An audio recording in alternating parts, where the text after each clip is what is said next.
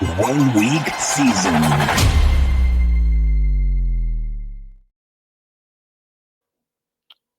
What's up, OWS fam? Xandermere here with another MLB best ball video. This is going to be just a regular underdog fast draft that we're doing. And where's my draft window? Where'd it go? Sorry, it's hard to find draft windows in the slow drafts because there's all the slow drafts that you can see I'm in. And it just says number of picks away that I am. I have to wait till it kind of comes up here, I think, to really see the fast draft window, right? And know that I have time remaining. So I'm just kind of waiting here. I was picked something like 7 or 6, so it's somewhere in here right now. What it should do is it should pop up in here when I'm on the clock, and then it should have a minute remaining instead of hours remaining, and then I'll be able to see that it's my fast draft that's popped up instead of the slow draft. I'm just a little worried that sometimes the screen doesn't update, but we'll see. Hopefully it will. I think I was picked something like 7 or 8 in the draft. Unfortunately, I don't have the window. There we go. There. Hooray. Okay. Go to draft. There we go. There's my draft window. Pick 8. So pick 8. So you can see that I have Fernando Tatis ranked as the pick here. Jose Ramirez, Jordan Alvarez, Gunnar Henderson are the ones who most commonly get picked here. I'm a little ahead of market on Tatis.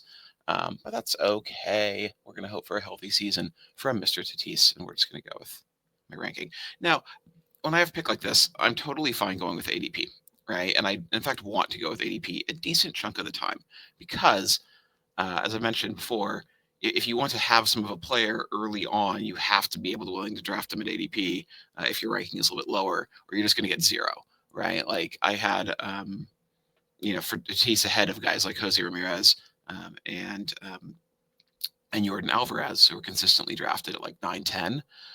I would never get any of those guys really if I always drafted Tatis ahead of them, because Tatis is usually going to be there ahead of them. So if I want to have any of those guys, I need to be willing to draft over a little bit to overvalue them, and so that's okay. I'm willing to do that sometimes. We're just going to continue to go with ADP value here, or ADP, what I have ADP at, and go with Duran. So start outfield. That is fine. Now we'll start to think about how I'm going to plan. So my next pick is 32. And so if I go sort by ADP, it looks like I'm looking at someone like maybe Pete Alonso or Riley, Santander, James Wood, Devers, Turner. This is a tough pick coming up for me because most of the players that are likeliest to be there are players either I don't like, or I'd like to get an infielder, because starting 3 outfield is fine, right? Like outfield's thin. But the elite infield tier is also pretty thin and dries up. And so if you start 3 outfield in a row, you really have some work to do on infield in the following rounds. And so I'd love to be able to get an infielder here. The problem is I'm not super high on Devers with the shoulder thing. Trey Turner would be fine, but like I prefer getting Trey Turner if I have a Philly, like Schwarber. Mainly is the guy who the ADP stack lines up really well with getting Schwarber late in the first round or early second, and then Trey Turner late in the third round. So Turner's fine. Austin Riley I'd like to get, but he's probably not going to make it back to me, right? Like sometimes he does, but he's ADP 30, and I'm pick 32, and early on in the draft, that gap is material. Maybe like Langford. I was getting Langford there for a while, but his ADP is rising again because he's back to playing in games. The oblique scare is gone. So we'll see what I end up getting. I might just go Trey Turner because Devers terrifies me with the shoulder. If I get Riley or Alonso, I'm happy going them, or Harper. Those guys would all be great to get at pick 32, but I'm not counting on it. And clearly no pitcher. I mean, the only pitcher I would even consider getting there would be Scanes or Skubal if they fall, past their normal ADP, and they both were drafted, so they're not on the board.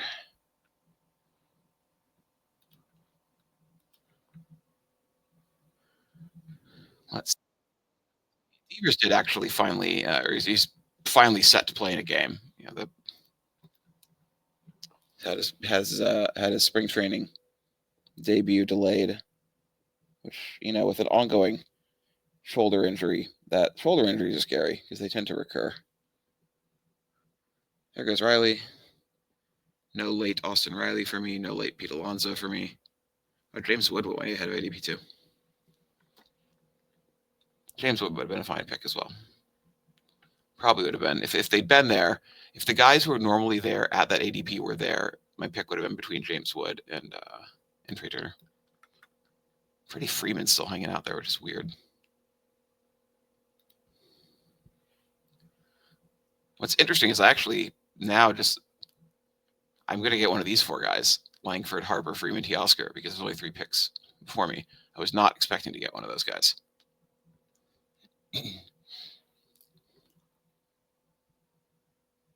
Which kind of changes things for me. Might go Teoscar. I like Teoscar a lot. There's Freeman.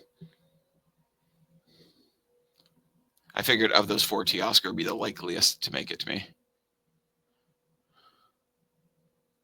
There we go. So that's okay. Harper. I'm totally content getting Bryce Harper at pick 32. I will count myself lucky that he fell. And I'm a little ahead of ADP on Harper anyway. I'm ranked 24. His ADP is like 28. But getting him at 32 is a little bit of a gift here in this draft. So that's cool. Now we should start thinking about how do I stack around these guys I'm picking early, right? So I've got pick 41. It's likely I can get Manny. I will note I have a lot of Tatis Manny stacks because the way the ADP works out, it's just convenient where you're normally getting Tatis towards the end of round 1. And then since I'm ahead of the ADP, my value is ahead of ADP on Manny. It's easy to get him in early round 4 and feel good about it based on the ranking.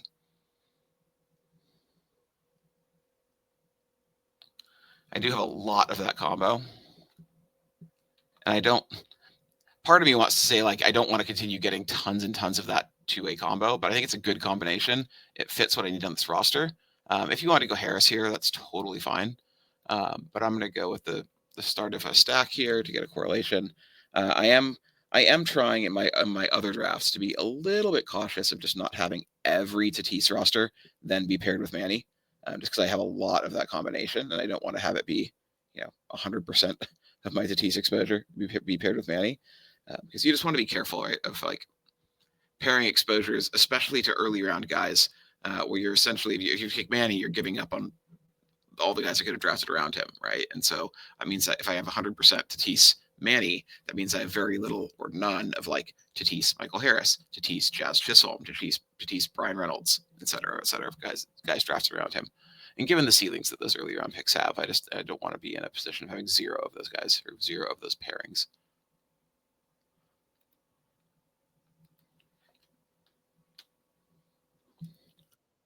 I am happy to have gotten the start of a stack. Now, for pick 56, you can see this is where I start to get into like where I have values based on my rankings. And so, for example, Ozzy Albies, if he's there, would be by my rankings a really good pick. This is also the end of the sort of highest tier of infielders here, and then it kind of drops down to like this next tier, like Semien, Adames, Abrams, Altuve, Christian Walker, O'Neill Cruz are in that tier.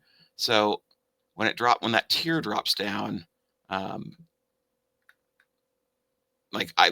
end up with a lot of Albies because I think that he is in the higher tier, not the lower tier, and he's sort of the last option in that higher tier. So I tend to end up with a lot of him.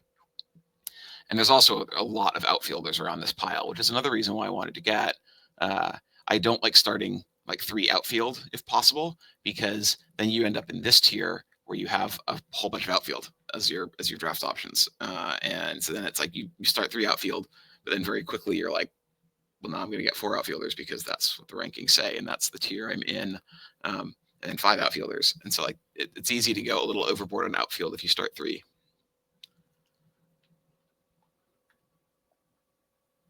So Albies would be the clear pick for me here. If I look at ADP, one of those outfielders fine. I could go pitcher here, which is fine. That's a really early pick for Bregman. Bregman's ADP is what, 60s? 69, yeah. Picked 52, wow. He has no other Boston player. That's an odd pick.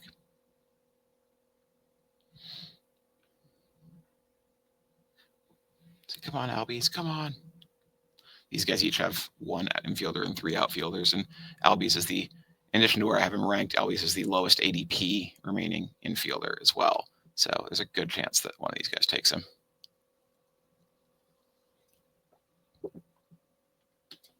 But they don't. Aussie Albies to me.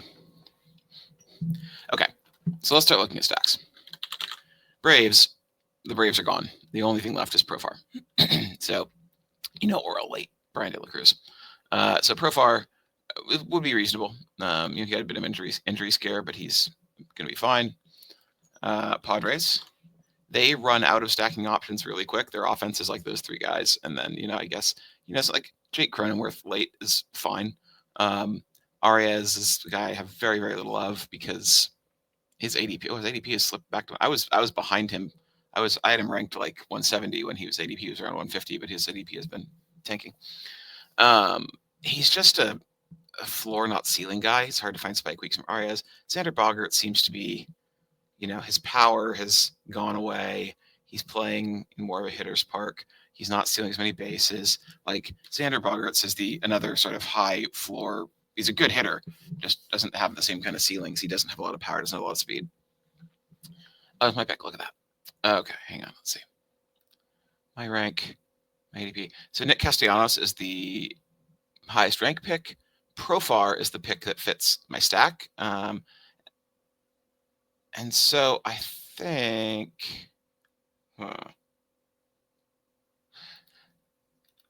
Castellanos. So I thought about Profar there because he fits with Aussie Albies. But I don't have a big Atlanta stack. In fact, the biggest I could get really there is 2. And the ranking difference there is like a lot. It was 14. There's a 14 place difference in my rankings, right? Profar is 71. Castellanos is 57. That's a big gap, especially early on in the draft, right? Like later on in the draft, in the pick in the hundreds, that ADP gap is no big deal, and you pick who fits your roster. But early on in the draft, that's a big gap, and I just didn't want to pay that much for Profar. Now, if I'd had like 3 or 4 early Atlanta hitters, and I wanted to get a big Atlanta stack, I might be willing to pay that kind of gap for Profar. But I don't, and not right now, not with this, not with only one other Atlanta hitter. Okay, let's go back to looking at my teams. Phillies, and I do have Harper, who's fine, who stacks. Okay, I'm gonna put these guys in my queue.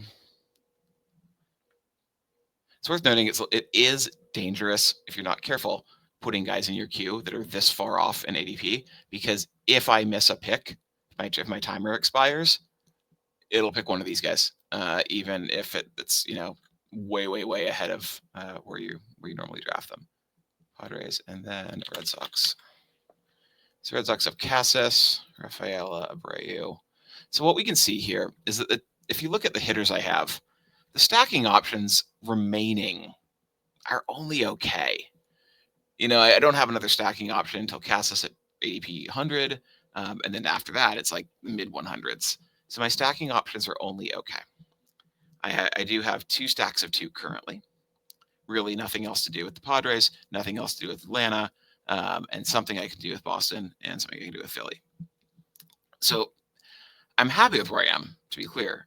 But I think that what I'm going to need is I'm going to need to add what I either have to do is add a couple more just individual one-off players, which I can do, or I want to add a third stack into this team. And so that would have me looking at stacks that originate later.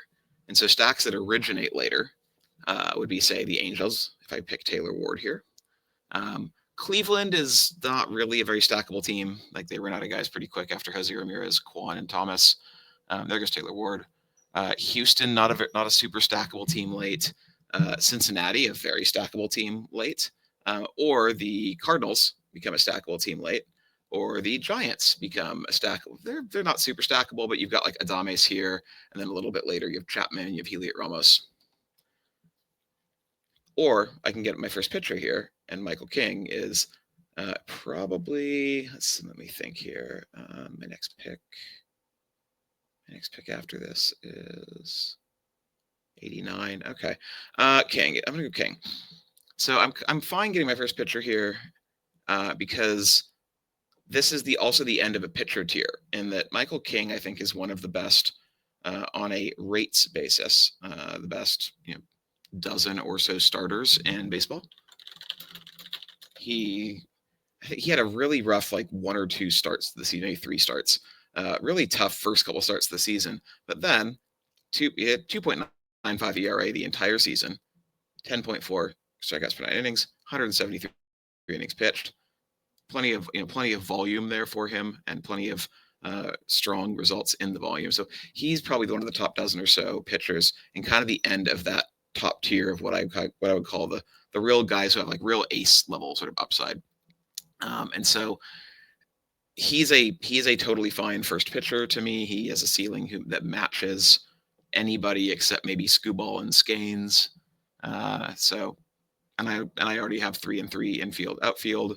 I'm also looking at Matt McLain as my next pick, and I know that he's likely to be there, even though his ADP is shooting up. He's still at pick 89. I have pick ADP 95 currently, so he's likely to be there. And I could go Naylor. Obviously, what? Damn it. Naylor it is. That sucks.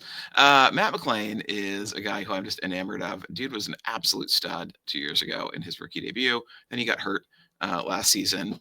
I've moved him up the rankings because I don't want to read too much into spring training stats.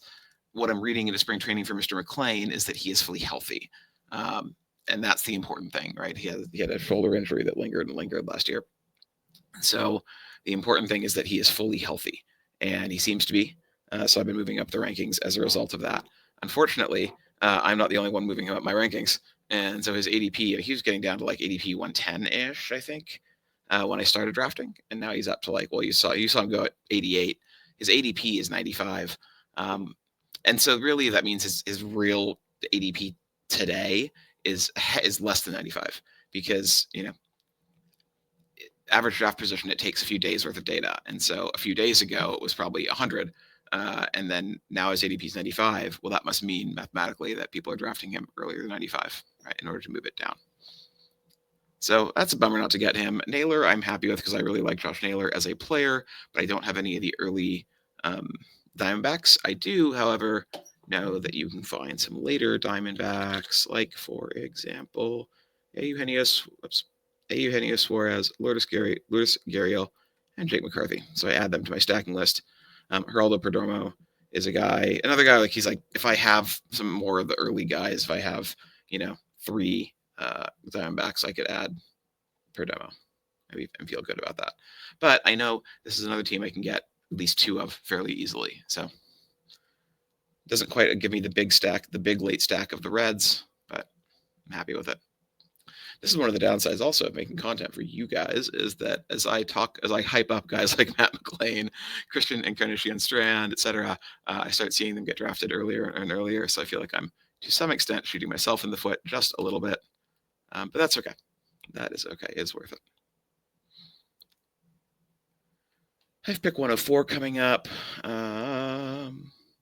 There's no way Lane Thomas makes it, is there?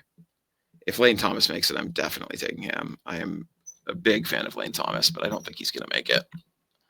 I mean, this guy has 6 outfielders already. That's wild. One of these guys is probably going to get him. This guy needs an infielder. So actually, if this guy passes on him, there's a good chance I could get him. He did pass on. He went for Spencer Strider. This guy should not take Lane Thomas, and he didn't. This guy should not take Lane Thomas, because he already has 6 outfielders, which is insane. This guy's torpedoed his draft, isn't it? Lane Thomas, hooray!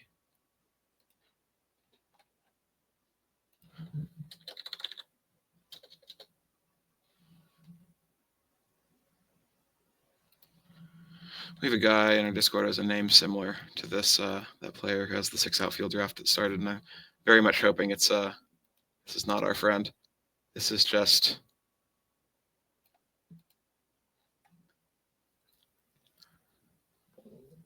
I mean, he's got a good Cub stack going, and he correlated Bichette with Vlad. I just think you can't reasonably have 6 outfielders so early, since you can only at most, the absolute most, you can only use 4 of those scores per week. So it's just a lot of draft capital to invest in outfield so early. Okay, now I have to turn my attention to some pitching because I have no pitching.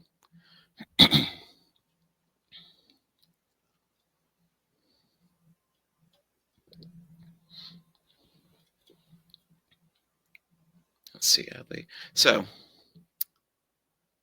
Ober and Fried are the guys less likely to be there. My next pick, even though I have Bryce Miller ranked more highly. So this is a spot where I'm not going to draft Bryce Miller. I'm going to go Max Fried, because my next pick is within that. There's close enough to the ADP gap there, 128. That I hope Miller might be there. I have a challenge with these guys sometimes, right? Because I have this clump of pitchers ranked highly, and it's like guys like Luis Castillo, who I have ranked there. Yeah, I've ranked after ADP, and I just don't think he's an awesome pick this year, because all of his metrics sort of trended backwards last year from where he was initially looking like a sort of budding ace, and they sort of all took a step back. And so, because he's lost in this clump of guys I really do like, I just don't have very much Luis Castillo. I also same with Sonny Gray, who I like. I just don't like as much as the guys clumped around him. But then I have all these other guys like I do like Miller and Ober and Fried and Bibby and Joe Ryan. And so it's hard to get like the good distribution of exposures across that sort of clumped pile of pitchers. It's something I have to work very intentionally at to try and make sure I get exposures that I'm comfortable with. But what I'd love to get coming up, my favorite pitchers in this tier. I mean, Fried, I think Fried is somewhat underrated. He's just consistently good. Like he's never had an ERA above 3.25, I think it is the stat. But like, I also really like Bibby, Ober, Miller, and Joe Ryan. Those are guys that I'm just really high on. And so I can usually, most of my drafts have one of those guys. A lot have 2. It's very hard to get 3. But it also means there's a consequence to being very heavy on those guys, which is mean that it's hard to get a lot of the hitters in this tier, right? And so I try to make sure that I'm, there goes Miller. I try to make sure that I have good exposure to guys like Volpe, who I like. I'm well have ADP on. I don't have a lot of any. Royce Lewis is like, I like him. He's an incredibly risky pick, but we know that should he manage not to get hurt ever, he has a huge ceiling. Wallner I'm really high on. He's written in my convictions articles. If he stays healthy, he's awesome. And so it's hard to get a lot of these guys and the pitchers in this tier. And so I just try to be really thoughtful about how I sort of spread exposure around. Like Mason Wynn I like, but I can draft him later. You can see there's a big gap here with ADP. So kind of same with Volpe.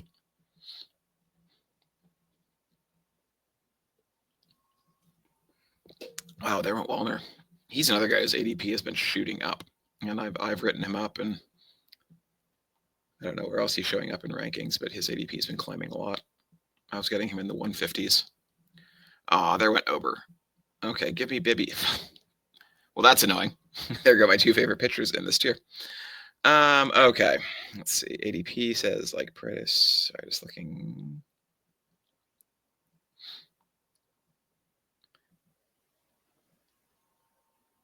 We're gonna get Joe Ryan because I need a pitcher. I don't want to be too far behind on pitching. It's very annoying to have gotten sniped on 3 picks in a row who are picks that I think are all totally viable to take there. And all really good players that I'm very high on. Is one of these one of you jerks out there? Maybe.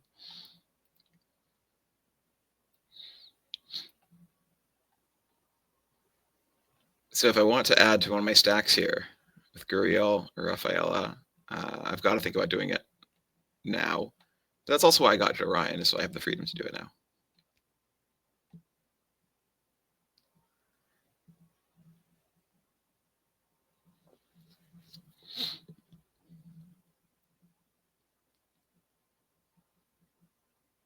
We're going to go Rafaela. The reason I have Gurriel ranked more highly than Rafaela, And so the reason I chose to go Rafaela there is frankly because I have a lot less of him. I have a lot of Diamondbacks exposure overall. I have a lot of Gurriel stacked with Naylor, stacked with Carroll, stacked with Marte, stacked with two of those guys. And so I just want to diversify away from having too much of that. And if you look at like, you think about your draft capital, I tend to think it makes more sense to correlate your earlier picks when possible, because like for Duran to pay off, he has to have a bigger season than for Josh Naylor to pay off, right? Look at Duran's ADP second round, Josh Naylor's pick 90, pick 89. So you need more from Duran, right? And so if Duran has a really big season, that means that it's more likely that he carries other players along with him than it is that Naylor carries more players along with him, because a big season for Naylor at his draft capital is not the same is not as big as a big season for Duran at his draft capital. So I tend to lean, when sort of debating between similarly ranked players, I tend to lean towards the guys who complete stacks that have higher draft capital associated with them.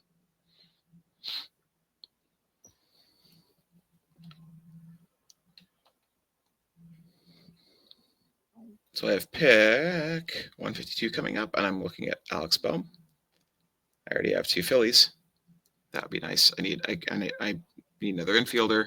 Another option would be a pitcher, which would be like Wu or Steele. You can see Gavin Williams here. I'm way ahead of ADP on, like a lot. Although his ADP is another guy who is like skyrocketing. I've seen him picked as early as being in the 150s. I was getting him in the 180s, 190s when I started drafting. He's another guy who's shooting up the boards.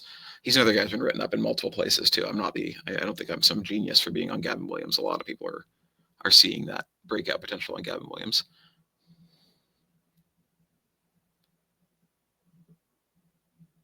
And so if I pick Bohm here, there's a good chance I give up on getting Gavin Williams, that he might not be there the next pick. His ADP is shooting up so fast.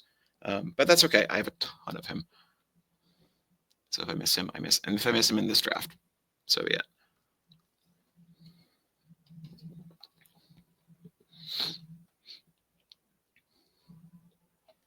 it. Excuse me. All right, boom, it is. Because I need to make sure I have some correlations, right? I was running a little light on that early on. So now I have 3 Phillies. I have 2 Red Sox. I have 2, and I still have 2 Padres, of course. I'm going to stop at 2 Padres. I'd like to get something in here for my queue to finish up my hitting. I don't have to get all of it, but I'd like to get something in here, because I'd like just a little. Right now, I have 7 correlated hitters on my roster total, and I generally like to be at 9 or 10. There's another player I'm really high on, who's shooting up the ADP draft boards, is Christopher Sanchez.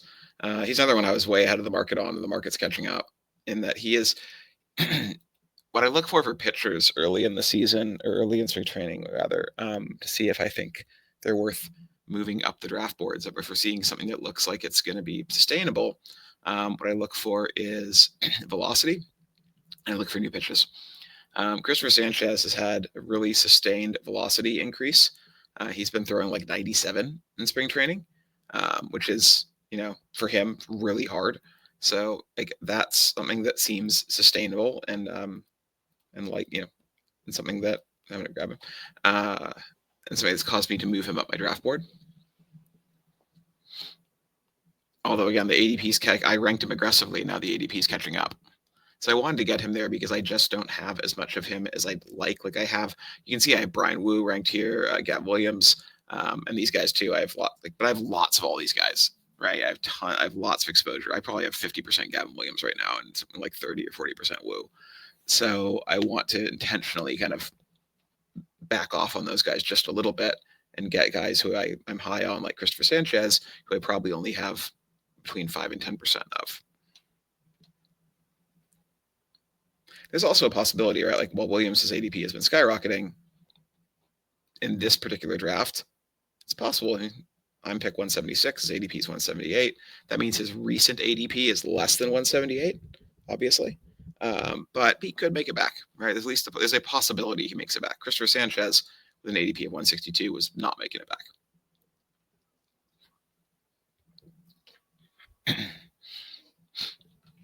Can't get everyone you like on one roster.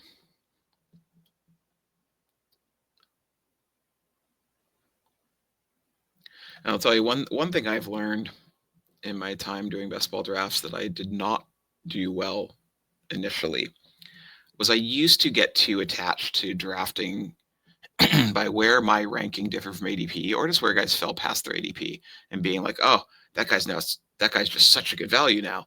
I have to take. I can't let someone else get that value. And it was almost like I was playing defensively, being like, well, I can't let someone else get that value, so I have to take him now. And it's like, no, you don't. You need to draft in ways that fit what your team needs at the time. You can't get every player you like on every team. You have to figure out, like, what does my team need here? And what's the best pick for my team, not just, where's my rank? Who do I have who shows the best value based on my rankings, or who do I have shows the best value based on ADP, right? Like, I watched TJ Friedel went 164. I think that's around, maybe it's around his ADP. Okay. Yeah, it's actually around his ADP right now. But I haven't ranked well ahead of that. But that's okay. I'm fine letting him pass because Christopher Sanchez and Alec Boehm, my last two picks, they fit what I needed on my roster much better. I might get Gavin Williams here. I get Gavin Williams. Okay, that's exciting. That's a pick that makes me extremely happy. I sort of took the risk that if I pick Sanchez, that one of like Williams or Wu, who I also had ranked highly, or even Fat, would make it back to me. And I wasn't sure they would, but Gavin Williams did, and that is super exciting. So this, you guys have seen me do drafts where I'm sort of hoping a guy comes back to me and he gets picked at the last second, and that's going to happen. I feel like in this draft, more often than not, the guys I've hoped would get back to me, they did make it back to me. Ozzy Albies made it back to me. Nick Castellanos kind of got right as ADP. Lane Thomas made it to me at pick 104, which is wild. I was hoping one of like Joe Ryan or Ober or Bibby made it back to me. And Joe Ryan, Bibby and Ober got picked right before me, but Ryan made it. So like, I feel like I've gotten pretty fortunate this draft in guys making it back to me that I hoped would, where I can get the guy I wanted. So that is exciting. So now we're kind of entering the very tail end of the draft. And if I look at what I have, my sort of stack fillers, Stott, Abreu, McCarthy, they're all guys who are going very late. So my next pick's 185, followed by 200. At pick 185, I feel I have no need to draft any of these guys. These guys should all be there next time around. Most likely, you can never predict the future with certainty, but they should all be there. So I am totally fine waiting. Let's go look at where we are with ADP. So Taj Bradley, Jesus Luzardo is a guy I'm actually coming around on. I just haven't moved up the rankings yet, but like he's another guy who, from a health perspective, appears to be healthy. He's in a better team spot now. He's not in the Marlins anymore. He's in the Phillies. Worst ballpark, but better team spot to hopefully rack up some wins. Always been good at getting strikeouts. So if healthy, he's a risky pick because pitchers with injury histories are scary. But I think he's got a pick. He's a pick with some upside. So anyway, let's see where we're at. So if I get Stott, that gives me 6 infielders. I have 2 outfielders to choose from. That gives me 6 outfielders. That's enough. I'm done with outfield. I need one infielder who is not correlated because I only have Stott. And so one of my favorite guys right here, this draft is falling very nicely. CES is a guy who I've written about, I've talked about. He is, he got up to like ADP 100 last year-ish, somewhere around there at the end of draft season. There was so much hype around him. Now no one wants him. Or actually, people are starting to want him. He's starting to get drafted.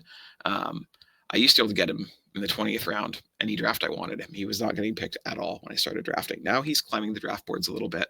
There's a couple other guys out there who've written about him as well. I'm happy to say I think I was ahead of that curve. And I had him ranked more aggressively before other people started moving up their rankings. So if you've gotten some, feel good that you're ahead of the curve there, and now you don't need to sort of chase the exposure all the way up the ADP board if you've already gotten some good exposure to him. But he's like, my infatuation with the Reds. He is he was a really exciting prospect who had, shot at the draft boards last spring. This year, that he got hurt, and it got hurt and was ineffective last year, but a very small sample of like 100 something at bats. This year, he's doing the same thing in spring as he did last spring. He's the same hitter. He should have a spot on the team. He's the same guy he was last year, really, but he just hasn't shot up the draft boards in the same way yet. And maybe he will as the spring goes on. But excited. He's a guy I love getting late because I think he has more upside than almost anyone you can find this late. And since I need one uncorrelated hitter, my plan is I get Stott, I get one. Well, there went Willie Abreu. A little early on Abreu, given that his ADP has been slipping because he's hurt. He's hurt and not expected to be ready at the start of the season, which I don't care about. Like, I think he's going to be ready shortly after the start of the season. But I've been seeing his ADP slip. I thought I was going to get him this next pick, but alas, my hope is to get these two guys, which finishes off my roster with 2 additional correlated hitters, and would put me at 9 total correlated hitters out of my 13, which is kind of right in that sweet spot of where I like to be. And then I just find 2 last pitchers and call it a draft. So I was hoping to get Abreu there because I got, Rafaela. I was hoping to get a 3rd Boston hitter instead of a second Diamondback, but alas, it did not play out that way for me. Life is hard. McCarthy it shall be. I just picked McCarthy because his ADP was lower, right? I feel like that means less of a chance he makes it back around to me than Stott.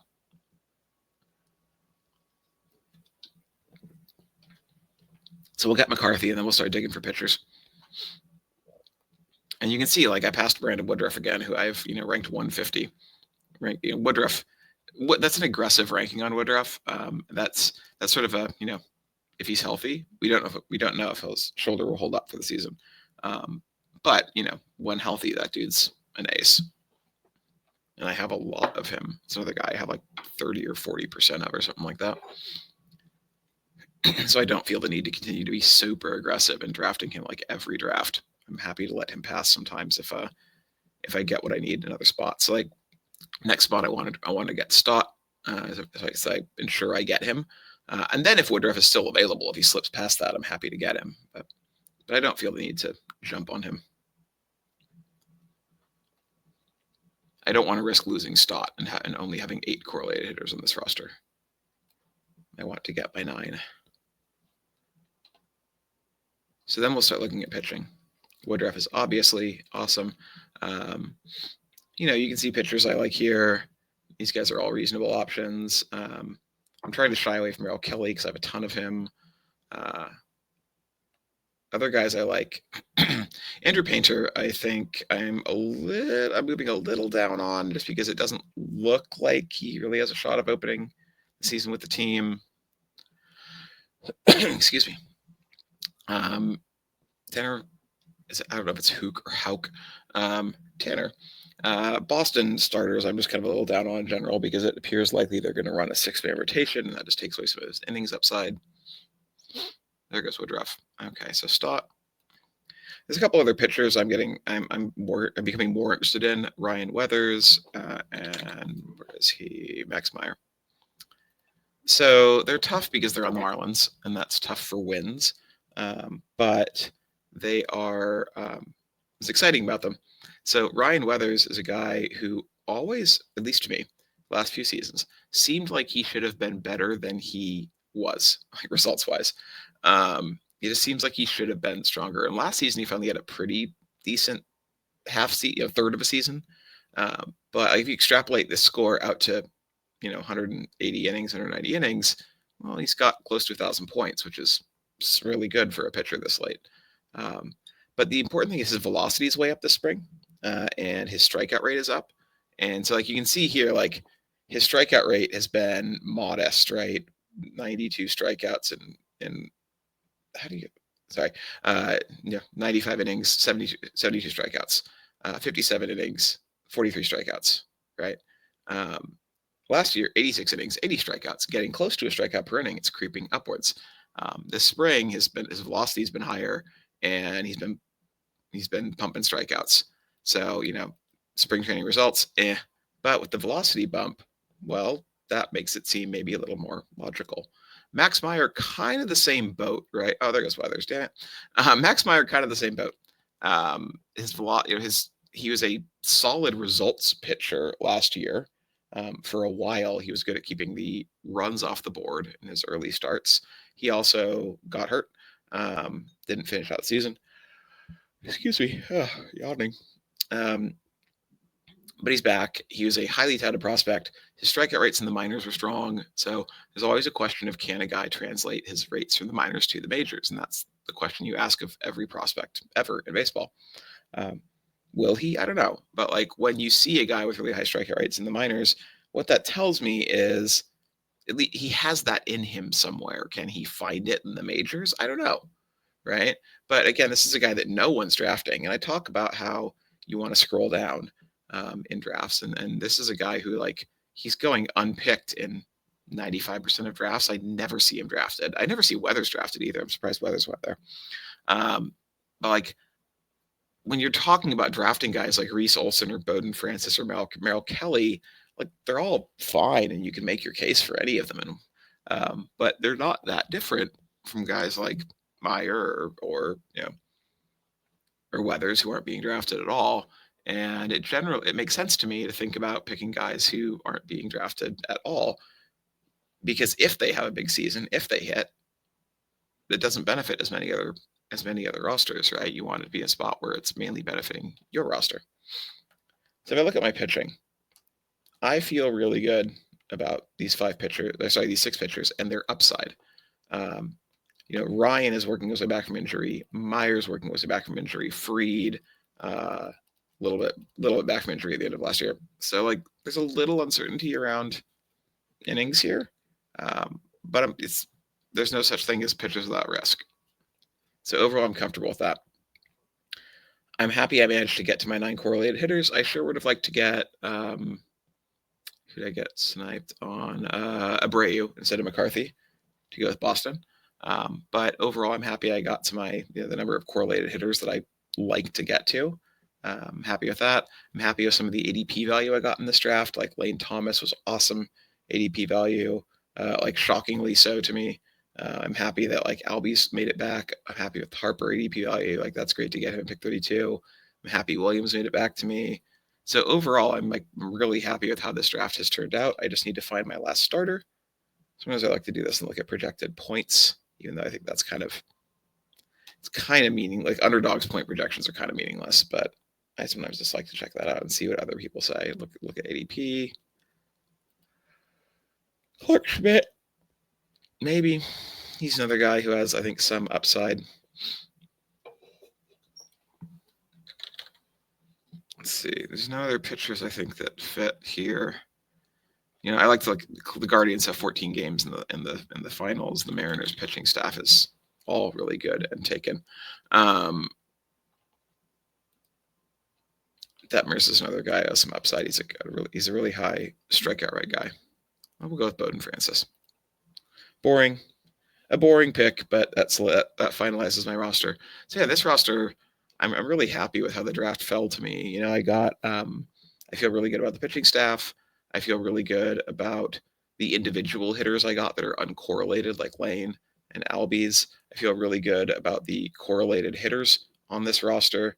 I also realized that my count of correlated hitters is wrong, because I actually have, 1, 2, I think wrong, 3, 4, 5, 6, 7, 8, 9. I have 10 correlated hitters, not 9. So out of my 13 hitters, 10 of them are correlated. The 3 that are not are Ozzie Albies, one of my favorite picks. If I can get Ozzie Albies at ADP, I'm very happy with that, given where I have him ranked. Lane Thomas, I have him ranked more highly than that, and I got him well after ADP. And then Christian Encarnacion Strand, just a pitcher or a hitter that I'm just really, really high on. So I got my 3 uncorrelated hitters, or 3 hitters who I either got, after ADP or well after where I have them ranked. So I'm really happy with those as individual hitters, uncorrelated, but can't correlate everyone, right? You want to have your individual non-correlated hitters be ones that you feel good about getting based on rankings or ADP. So yeah, I'm pretty happy with how this draft turned out. Hope it was helpful. Thanks for hanging out, and I'll see you next time. 1 week season.